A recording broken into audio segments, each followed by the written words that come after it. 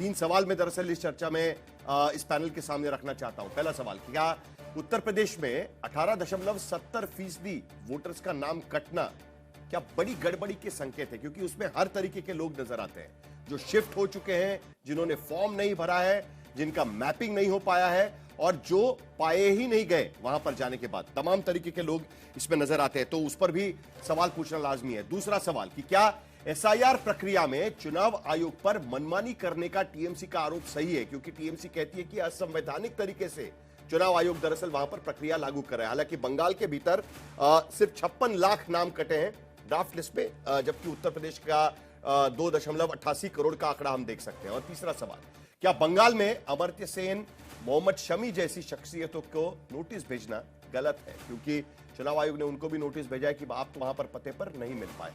तमाम चर्चे की शुरुआत करेंगे, लेकिन पहली शुरुआत तो उत्तर प्रदेश से भीतर से ही होनी चाहिए। के शर्मा जी, क्या भारतीय जनता पार्टी संतुष्ट है? 46 लाख वोटर डेड यानी मर चुके हैं, 1.30 करोड़ वोटर जो है वो परमानेंटली शिफ्ट हो चुके हैं। यानी उत्तर प्रदेश से जाने वाले लोग जो शिफ्ट हो चुके हैं 8.40%, करीब 80 लाख लोग जो है जिनका पता ही नहीं चल पाया है, 25 लाख के करीब लोग हैं कि जिनके 2 जगह पर नाम है और बाकी लोग हैं फॉर्म नहीं भरा वगैरह, लेकिन मेजॉरिटी लोग वहां पर नजर आ रहे हैं जो शिफ्ट हो गए वहां से। संतुष्ट है आप जिस तरीके से प्रक्रिया लागू की गई? और मैपिंग होना बाकी अभी 1 करोड़ लोगों। देखिए, नहीं साहिल भाई, हम जो चुनाव आयोग का आपने जितने प्रश्न उठाए हैं उसमें जो टेक्निकल पक्ष है उसका जवाब तो चुनाव आयोग देगा, वो जाने, वो उसका विषय पे नहीं। लेकिन मैं इसके राजनीतिक पक्ष पर अपनी बात रखूंगा। आपने पूछा कि क्या आप संतुष्ट हैं? क्या बिल्कुल, जो भी संवैधानिक संस्था है चुनाव आयोग एक, और एसआईआर एक बड़ी प्रक्रिया है। इस प्रक्रिया के तहत जो भी चीजें सामने आ रही हैं निश्चित रूप से हम उसको सही मानते हैं, हम उसको कहीं गलत नहीं मानते। और यदि उसमें फर्जीवाड़ा है और कहीं डुप्लीकेसी है, कहीं पर मृत व्यक्ति उसमें हैं, उनके नाम भी आ गए हैं, कई लोग पलायन कर गए हैं, तो अच्छी बात है। एसआईआर का शुद्धिकरण होना, अपने वोटर लिस्ट का शुद्धिकरण होना चाहिए, इसमें आपत्ति क्या है? लेकिन मैं ये देख रहा हूं कि जब से एसआईआर चालू हुआ तब से विपक्ष जो है अनाप शनाप न जाने कितने आरोप जो है भारतीय जनता पार्टी पर लगाती रही हैं और चुनाव आयोग पे तो लगाया। लेकिन मैं ये नहीं समझ पाया कि बिहार के अंदर जब लगभग 65 लाख लोगों के वोट कटे और बाद में वो बढ़े भी 3 लाख, 3.5 लाख, और इतना चिल्लाया राहुल गांधी और कांग्रेस पार्टी और इन लोगों ने मिलकर 16 दिन की यात्रा भी निकाल दी, सब कुछ हो गया, चुनाव होने के बाद सब शांत हो गए और एक भी आदमी जनता के बीच से निकल के नहीं आया। स्वस्फूर्त जो है, जो 200, 250, 500 लोग भी कहीं, अरे अब 65 लाख लोगों के नाम कट जाएं और जनता जो है सड़क पे भी ना आए, जरा सा भी वो कोई प्रदर्शन भी ना करे, तो ये जो जनता का जवाब था, ये विपक्षियों के लिए जवाब है। और इनके मुंह पे एक तरह से उन्होंने ताला जड़ने का काम किया कि ये एसआईआर का जो मुद्दा आपका राजनीतिक मुद्दा हो सकता है लेकिन जनता का मुद्दा नहीं है। और इसको लेकर ये मिलाकर बीजेपी संतुष्ट है इससे, सुप्रीम कोर्ट भी पहुंचे। जो उत्तर प्रदेश के आंकड़े नजर आ रहे हैं उससे बीजेपी संतुष्ट है। हाँ, मैं ये कह रहा हूं, मैं अपनी बात पूरी कर लूं, कि देखिए उसको लेकर ये कोर्ट भी गए, कोर्ट से भी इनको वापस आना पड़ा और फिर संसद में इतना बृहद चर्चा हुआ इसको लेके, वहां से भी विपक्ष भाग खड़ी हुई, जवाब नहीं सुन पाई। तो मैं आज भी कह रहा हूं, अभी प्रक्रिया में 1 महीना और है, अभी जो है जिनको नोटिस जाएगा, जिनको अपील करना है, ये सारी प्रक्रियाएं चलेंगी, करना ही चाहिए। अखिलेश यादव लगभग इस दौरान में 3 से 4 बार अपनी बयान बदल चुके। इसके पहले बोले कि साहब, शर्मा जी, मैं उसी पे आ रहा हूं कि इसके पहले बोले कि इसका नुकसान भाजपा को होगा, आज वो भाजपा को गाली दे रहे हैं, आज वो भाजपा को ऊपर आरोप लगा रहे हैं। मैं समझ नहीं पा रहा हूं कि ये कहना क्या है विपक्ष का, ये कहां खड़ी है? नहीं, विपक्ष के पास जाके तो सवाल मुझे पूछने हैं।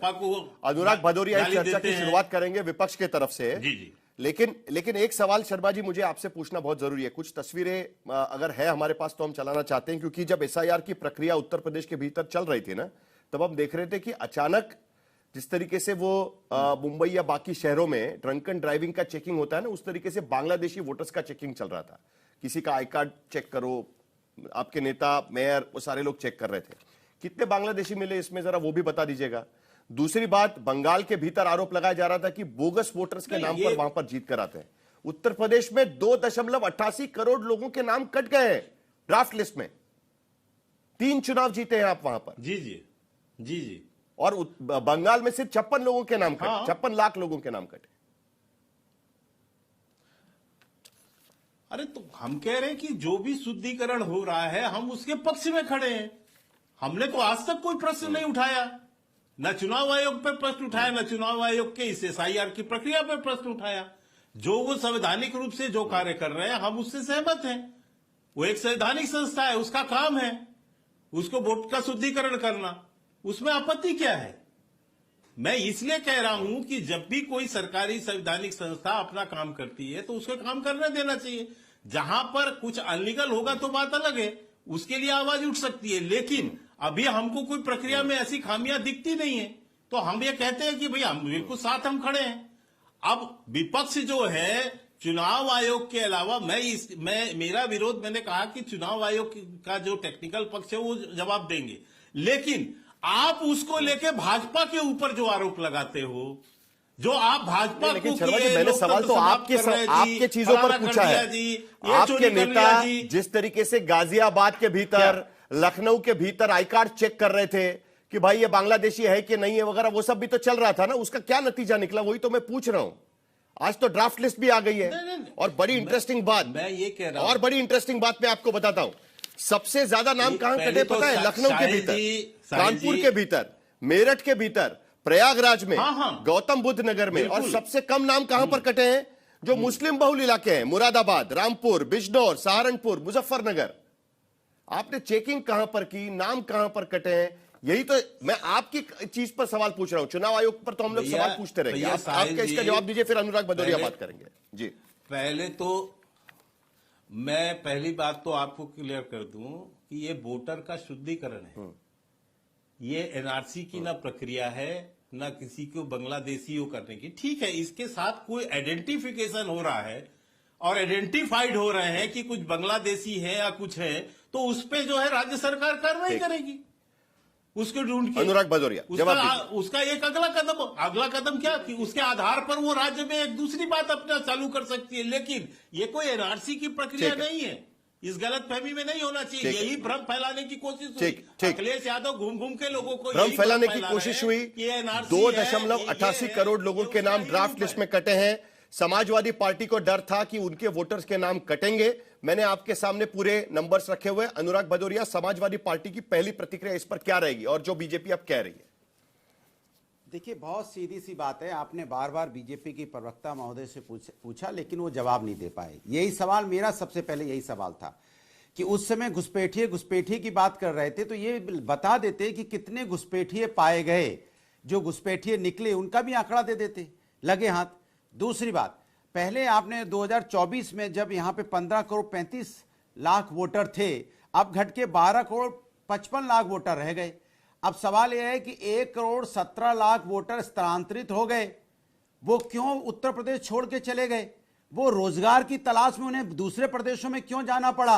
अपनी पैतृक जमीनें छोड़ के उन्हें दूसरे प्रदेशों में काम के लिए जाना पड़ रहा है। इसके मतलब आपने उत्तर प्रदेश के लोगों को सस्ता लेबर बना दिया है, जो दूसरे प्रदेशों में जाके काम करना पड़ता है। ये उत्तर प्रदेश की सरकार ने गिफ्ट दिया उत्तर प्रदेश को कि आज उत्तर प्रदेश के लोग अपना गांव घर छोड़ के, अपनी जमीन, अपने मां बाप छोड़ के दूसरे प्रदेशों में काम करने के लिए जा रहे हैं। ये उनकी मजबूर, आपने इतना बड़ा मजबूर उनको कर दिया है। मजबूत तो नहीं कर पाए, उनको मजबूर कर दिया अपना घर छोड़ने के लिए। इसका जवाब आप इनसे जरूर मांगिएगा कि आप उत्तर प्रदेश में रोजगार नहीं दे पाए, उन्हें बाहर जाना पड़ा।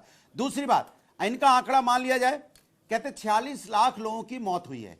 अगर हम एक आंकड़ा बोलते हैं जिसको कहते हैं डाटा फॉर इंडिया का एक आंकड़ा है कि 55 से 1 करोड़ लोगों की प्रत्येक साल इस देश में मौत होती है। अगर उसके हिसाब से देखा जाए तो कम से कम 35 लाख लोगों की मौत हुई उत्तर प्रदेश के अंदर में।